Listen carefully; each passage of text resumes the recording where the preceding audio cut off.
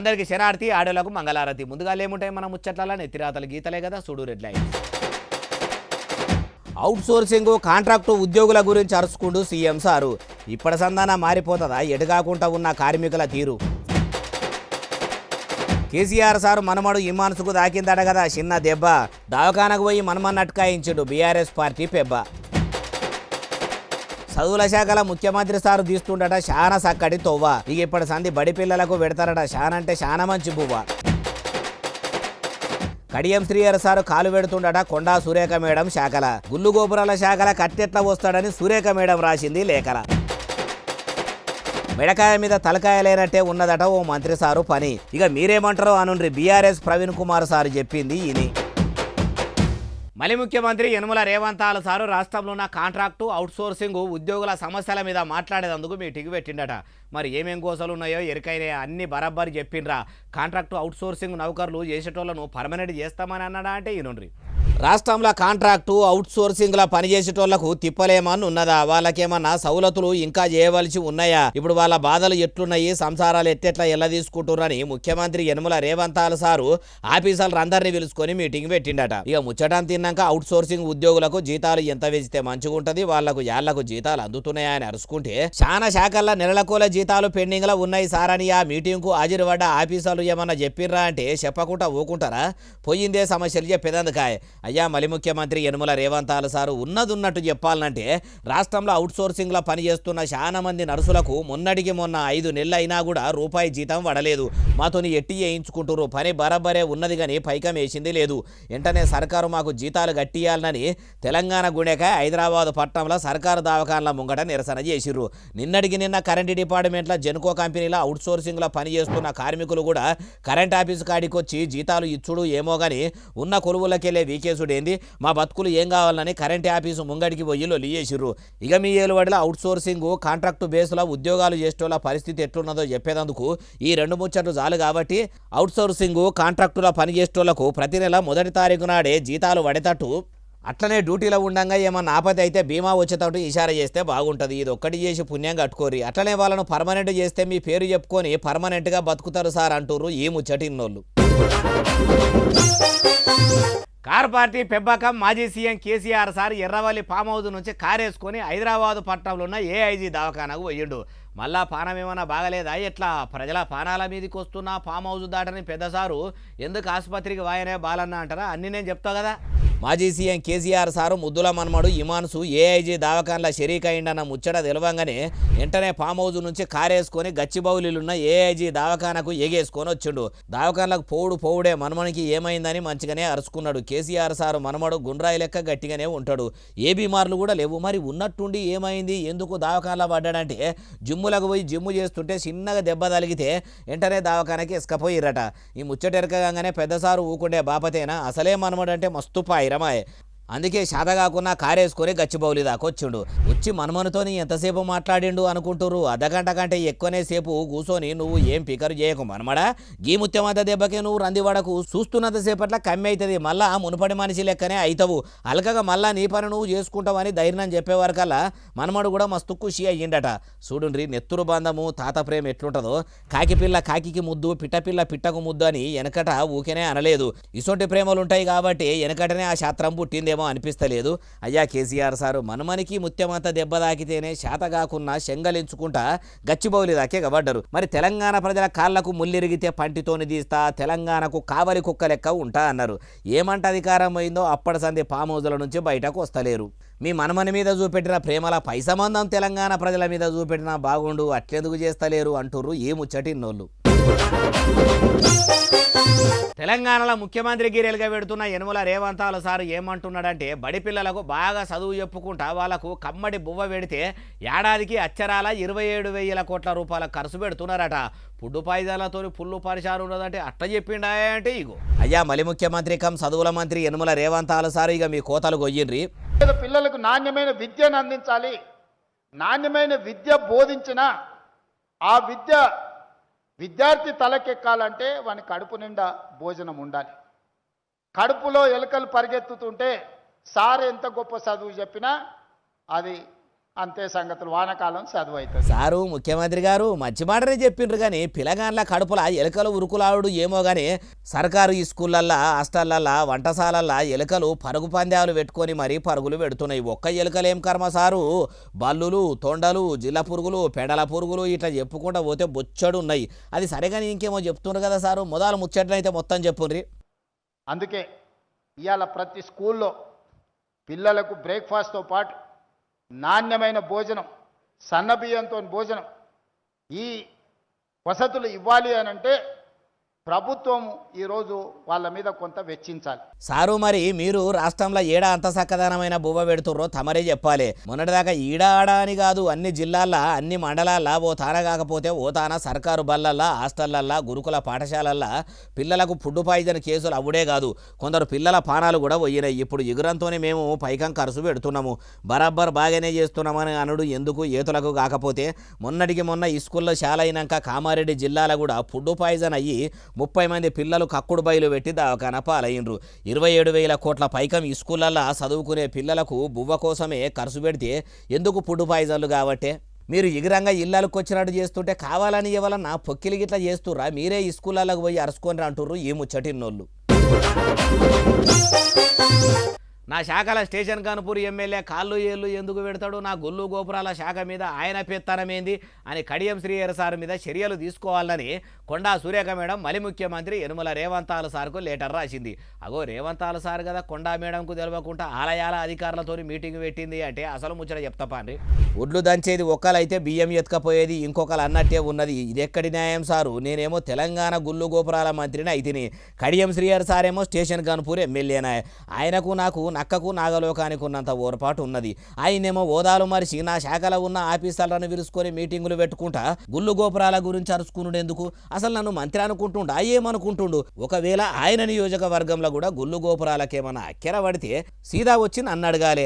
అసలు ఆలయాలకు ఏం కావాలో నన్ను అరుచుకోవాలి కానీ అట్లా కాకుండా నా శాఖ అధికారులను విరుచుకొని నాకు తెలియకుండా వాళ్ళతోని మీటింగులు పెట్టుడేంది, సమీక్షా సమావేశాలు నిర్వహించుడేంది? ఇట్లా ఒకల శాఖలో ఒకరు అందున ఒక ఎమ్మెల్యే ఏలు పెట్టొచ్చునా? నా శాఖ మీద పెత్తనం చేసుడేందని కొండా సురేఖ మేడము మంచిగానే కోపానికి వచ్చుకుంటా మలి ముఖ్యమంత్రి యనుమల రేవంతాల సార్కో కారటేసింది. ఇప్పుడు వరంగల్ల రాజకీయం, ముఖ్యంగా కడియం సారు కొండా మేడం నడమల కొట్లాట ఎట్లున్నదంటే ఒక గూటి పిట్టలే గాని ఒకలను ఒకరు పొడుచుకొని సస్తున్నట్టే ఉన్నదట.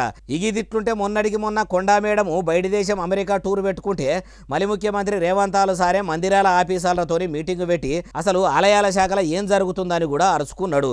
దీన్ని బట్టి చూస్తే కడియం సార్ను కూడా రేవంతాల సారే కావాలని మీటింగ్ పెట్టమని చెప్పిండా. కొందరు అనుకుంటున్నట్టు కొండా మేడం మంత్రి సీటుకు సీఎం సారు కాటు పెట్ట చూస్తున్నాడా అంటే ఏమో ముంగట ఎరకైతుంది అంటారు ఈ ముచ్చటిన్నోళ్ళు.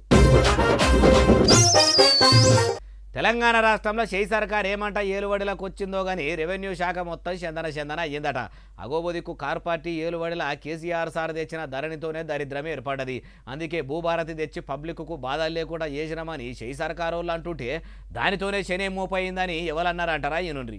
నిజానికి ఒక డిపార్ట్మెంట్లో మెడకాయ మీద తలకాయ ఉన్న ఏ మంత్రి అయినా కూడా ఏం చేస్తాడు, ఎంఆర్ఓలను ఆర్డీఓలుగా, ఆర్డీఓలను డిఆర్ఓలుగా, డిఆర్ఓలను మరి అదనపు కలెక్టర్లుగా అట్లా రూల్ ప్రకారం ప్రమోషన్ ఇచ్చుకుంటూ పోతాడు. అయ్యా RS Praveen Kumar alias BRS Praveen Kumar sir ఇప్పుడు మెడకాయ మీద తలకాయ లేని మంత్రి ఏం చేసిండు ఆ ముచ్చట కూడా చెప్పుండ్రి. పొంగులేటి గారు, మీ పాలనలో ఎంఆర్ఓలు డైరెక్ట్గా ఆర్డీఓలు అయిపోయినారు. ఆర్డీఓ పోస్ట్ ఉంటుంది, ప్రమోషన్ ఇవ్వరు, ఎంఆర్ఓ ఉంటాడు, డైరెక్ట్గా ఆర్డీఓ కూర్చుంటాడు. మీరు కీసర్లో పెట్టింది ఎవరిని? తేలుకు అధికారం ఇస్తే తెల్లారేదాకా గుట్టిందన్నట్టే ఉన్నదట. రాష్ట్రంలో ఉన్న రెవెన్యూ శాఖల ఎంఆర్ఓలను తీసుకుపోయి ఆర్డీఓల కింద కూసుండబెట్టి రెవెన్యూ శాఖను మొత్తం చందన చేస్తుండ్రట. అయ్యా ఆర్ఎస్ ప్రవీణ్ కుమార్ సారు, మరి మీరు కూడా ఒకప్పుడు సర్కారు నౌకరీ చేసినోళ్లే కదా. ఎవల సర్కారు వస్తే వాళ్ళ సర్కారు వాళ్లకు నచ్చినట్టు మార్చుకునేటట్టు జీవోలు తెచ్చుకుంటా ఆగం చేస్తుంటారు. ఇప్పుడు చేయి సర్కారు ఏలుబడిలకు వచ్చినాక చేస్తున్నది కూడా అదే.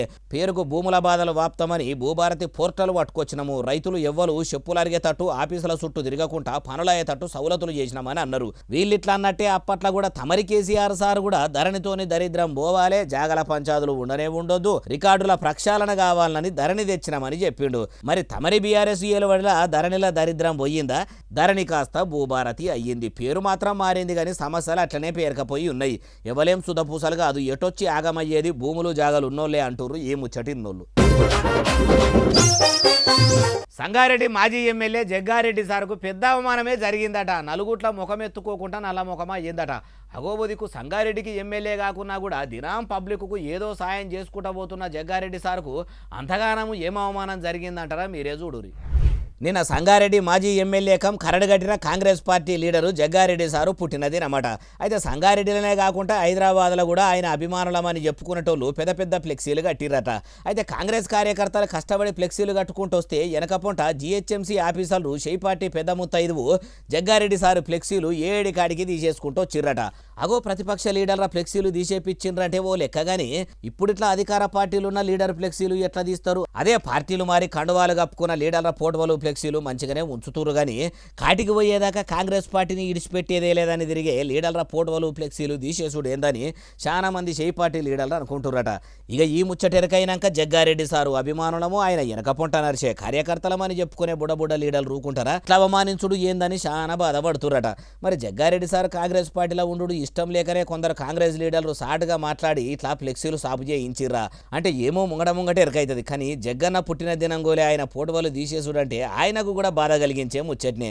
బాధపడకుంటే జగ్గారెడ్డి సారు బాధలు నమ్ముకున్న పార్టీ నుంచి కాకుంటే వేరే పార్టీ నుంచి వస్తాయా అంటుర్రు ఈ ముచ్చటిన్నోళ్ళు.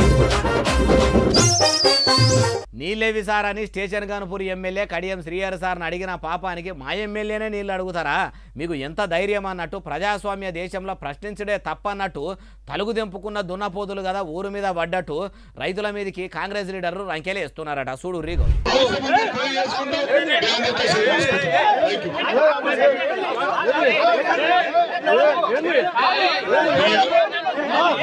చూసినరా వీళ్ళు రైతుల కోసం కాంగ్రెస్ లీడర్లతోనే కయ్యం పెట్టుకుంటలేరు. కాంగ్రెస్ ఎమ్మెల్యే కడియం శ్రీహరి సార్ను ప్రశ్నించినందుకట ఈ నుండ్రిగో అంటే నింపుతారు మీరు వానకాలం భర్తీ ఉండాలి కదా చెరువు.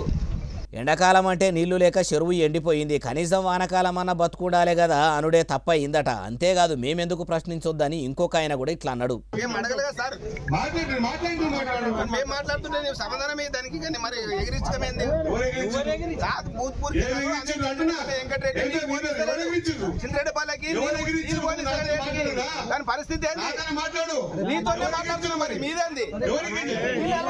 ఇనరా అసలైతే అమరచింత మండలము ఈర్ల దిన్నెకు కడియం శ్రీహరి సారు అయ్యుండు. ఆడ మీటింగ్ పెట్టి మాట్లాడుతుంటే ఓ దిక్కు తాగునీళ్లకే తన్లాట ఉన్నది సారు, సాగునీళ్ల ముచ్చటేది సారు, అసలే వానకాలం వచ్చింది, ఈ వానకాలంలో కూడా చెరువు నిండేనా పంటలు వండేనా అని అన్నారట.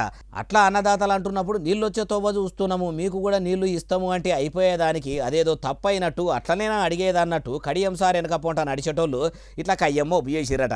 అయ్యా కడియం శ్రీహరి సారు పర్యటనలో పెట్టుకుని ప్రజలను పలకరించేందుకు పోతే అయిపోదు, మీరు కూడా ప్రజలకిచ్చిన మాటలు నిలబెట్టుకుంటే నీళ్ల కోసం ఇట్లా మిమ్ముల నిలదీసే కాడికి రాకపోవు కదా అంటుర్రు ఈ ముచ్చటిన్నోళ్ళు.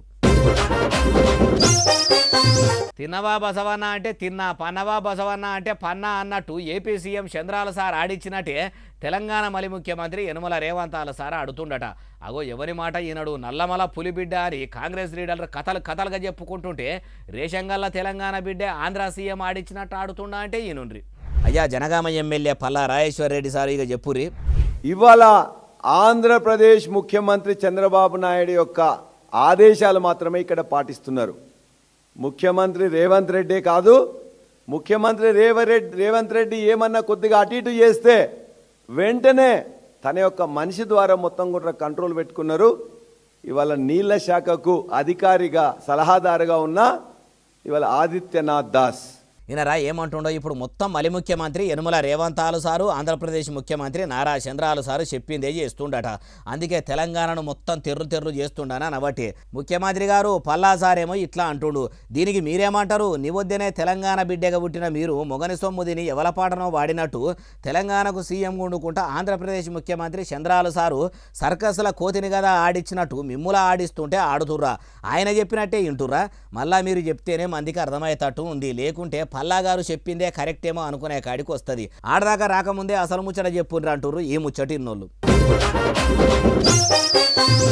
వానకాలం వచ్చింది, వయనాడుకు పోయి పచ్చని చెట్ల నడమల 4 దినాలు నిమ్మలంగా తిరిగొద్దామని ట్రిప్ ప్లాన్ చేసుకునేటోళ్ళ వాళ్ళని ఉంటే ఆగుండ్రి, వాయిదా వేసుకోరి. వయనాడు కాదు కదా ఏడికి పోవద్దు, ఇంట్లోనే ఉండుర్రి. అగో ఎందుకే బాలన్న రెయిన్ సీజన్లో కేరళ రాష్ట్రంలో ఉన్న వయనాడులో అందాలు మస్తుంటాయని అంటారా ఇక చూడురి. కేరళ రాష్ట్రంలోన వయనాడుల మొత్తం కొండ చర్యలు ఇరిగి పడుతున్నాయట. వయనాడులో పడుతున్న వానలకు ఎక్కడికక్కడ కొండలు కిందికి పడుడే కాదు, వానలతో ఆగమాగం చెందన ఉన్నదట. అనక్కం పోయిలు కల్లాడి సొరంగం పనులు చేస్తుంటే కొండలు మొత్తము కిందికి జారిపడుతూనే సొరంగం కాడ పని చేస్తున్నోళ్ళు మొత్తము అందులో ఇరుక్కపోయిర్రట. వెంటనే సహాయక సిబ్బంది వచ్చింది, కొందరికి కాపాడింది, ఇంకా కొందరి కోసం దేవులాడుతుర్రట. పల్లెలు పట్టణాలు నగరాల పొంట ఇండ్లు కట్టుకొని ఉందామంటే కొందరు కబ్జాలు పెట్టేటోళ్ళు చెయ్యంగా ఇండ్లకు పరిశాను. ముఖ్యంగా తెలంగాణ రాష్ట్రంలోనైతే సర్కారు భూముల్లో కట్టుకున్న ఇండ్లను హైడ్రా వచ్చి అందరూ చూస్తుండగా ఇండ్లను నేలమట్టం చేస్తుంది. అదే ఇట్లా కేరళ సొంటి రాష్ట్రాల కొండలు గుట్టల కింది బాదుకు కట్టుకుంటే శివరాగరికి వానదేవుడు కూడా వాళ్ళకున్న నిలువ నీడను ఇట్లా నిట్ట నిలువున కూలగొట్టినాక ఏంది పరిస్థితి? కాయలున్న చెట్టుకే దెబ్బలన్నట్టు కష్టాలున్నోళ్ళకే ఇట్లా కష్టాలు ఏమవుపోన్రి. వానదేవునికి కూడా ప్రజల మీద దయలేనట్టే ఉన్నది కదా అంటుర్రు ఈ ముచ్చటిన్నోళ్ళు. పనిగల్ల మేస్త్రి పందిరేస్తే కుక్కతోక తలిగి కూలిపోయింది అన్నట్టే ఉన్నదట. ఇప్పుడు సెంట్రల్ సర్కారులున్న పువ్వు పార్టీ చేస్తున్న పనులను చూస్తుంటే అగో ఆత్మనిర్భర్ అనుకుంటా మోడీ సారు ఇండియాను ఏడుకో తీసుకుపోతుండని కమలయ్యలు కథలుగా చెప్తుంటే ఏం కూలిపోయిందే బాలన్న అంటారా? ఆలస్యం ఎందుకు, మీరే మంచిగా చూడురి. అగో చూసిరా, టాపుకు తూటు పడ్డట్టు ఎక్కడికక్కడ వరద నీళ్లు మొత్తము రేఖల కిందికి వెళ్ళి ఎట్లా కిందికి వస్తున్నాయో. ఇది ఇప్పుడు ఏడనే బాలన్న అంటారా? ఏడనో కాదు, ఉత్తరప్రదేశ్లో కమలం పువ్వు సర్కారు పనిగట్టుకొని మరి వారణాసిలో కట్టిన బనారసు రైల్వే స్టేషన్ అన్నట. ఆడ పడ్డ పెద్ద వానకు 8వ కంపార్ట్మెంట్ల మొత్తం మీది నుంచి ఆ షెల్టర్ల నుంచి నీళ్లు కింద పడుతున్నాయట. పువ్వు సర్కారు కోట్లు పెట్టి సకల సౌలతులతోని చక్కదనంగా కట్టిన రైల్వే స్టేషన్లో ఒక్క వానకే ఇట్లా ఉరుసుడేందని ఇప్పుడు ఈ వీడియోని ఇంటర్నెట్లోకి ఇడిచిపెట్టి సోషల్ మీడియాకే సోసలొచ్చేటట్టు గాలి దుమారానికంటే ఎక్కువ రుబ్బడుతోని పొట్టు వైరల్ చేస్తురట. కోట్లు పెట్టి కడితేనే ఇట్లున్నది, ఇంకా లక్షలు పెట్టి కడితే ఉన్నాయని గాలికి ఎగిరిపోయేటియేమో. దీనంతటికి కారణం ఏంటంటే గుత్తబట్టినోళ్ళు గట్టిగా గట్టకనా, కమలం పువ్వు సర్కారు పెద్దలు గుత్తేదారును బందోబస్తు మనిషిని పెట్టకనా అని చాలా మంది కామెంట్లు పెట్టుకుంటా పొట్టు వైరల్ చేస్తున్నారు వీడియోను. అయ్యా, దేశ ప్రధాని నరేంద్ర మోడీ సారు, ఉత్తరప్రదేశ్ ముఖ్యమంత్రి యోగి ఆదిత్యనాథ్ సారు మైకు పడితే చాలు ఆత్మనిర్భర్ అనుకుంటా మంచిగానే నరుకుతారు. దేశం కోసం ధర్మం కోసం అంటారు. ఇదేనా సారు మీ ధర్మము అంటుర్రు ఈ ముచ్చటిన్నోళ్ళు.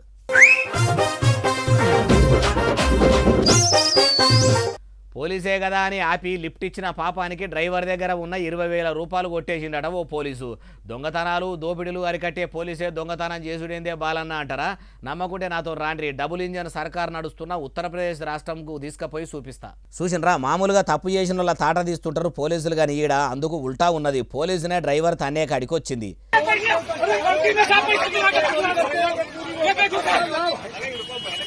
పోనీ ఈ పోలీసు తప్పు చేసిన కానిస్టేబులో లేకుంటే ఓంగాడో అనుకునేరు. వాళ్ళందరికంటే పెద్ద సారు ఎస్ఐ. మరి డ్రైవర్ సాబ్ గల్లాబట్టి ఎందుకు అంతగానం గట్టిగా కొడుతున్నా సప్పుడు చేస్తలేడంటే దొంగతనం చేసిండు కదా, ఇంకేం సప్పుడు చేస్తాడు? సపరిచిన కొద్దీ కొట్టకుండ్రి అంటుడు.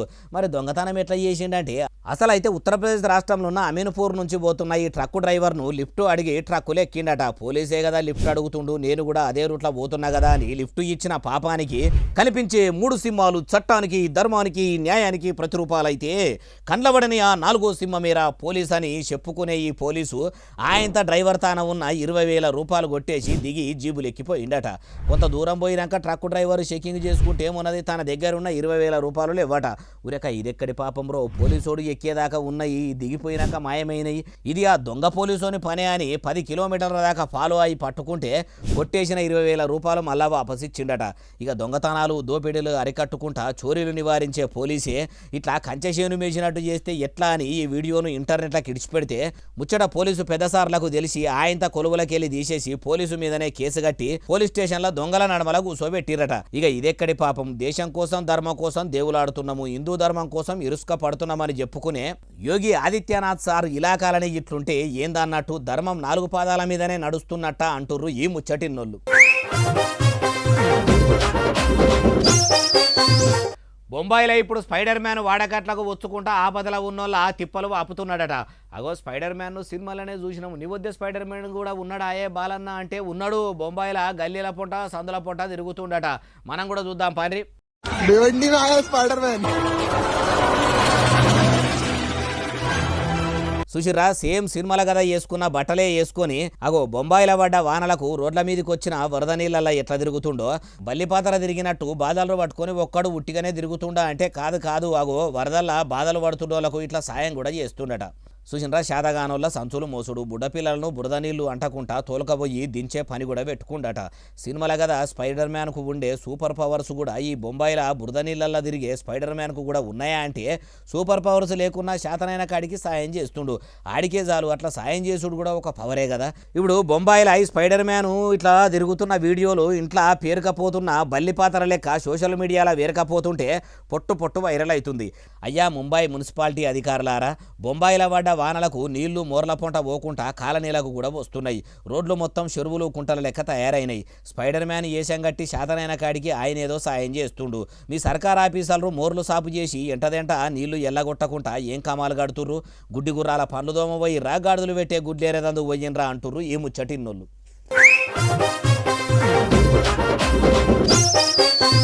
ఇక ఇది అలా తెచ్చిన ముచ్చట ఎట్లునే అసలు నెల ఎస్ఎస్సీ డిజిటల్ బాగా సబ్స్క్రైబ్ చేస్తారు, బాగా కమెంట్ చేస్తారు, బాగా లైకులు చేస్తారు, బాగా షేర్ చేస్తారు.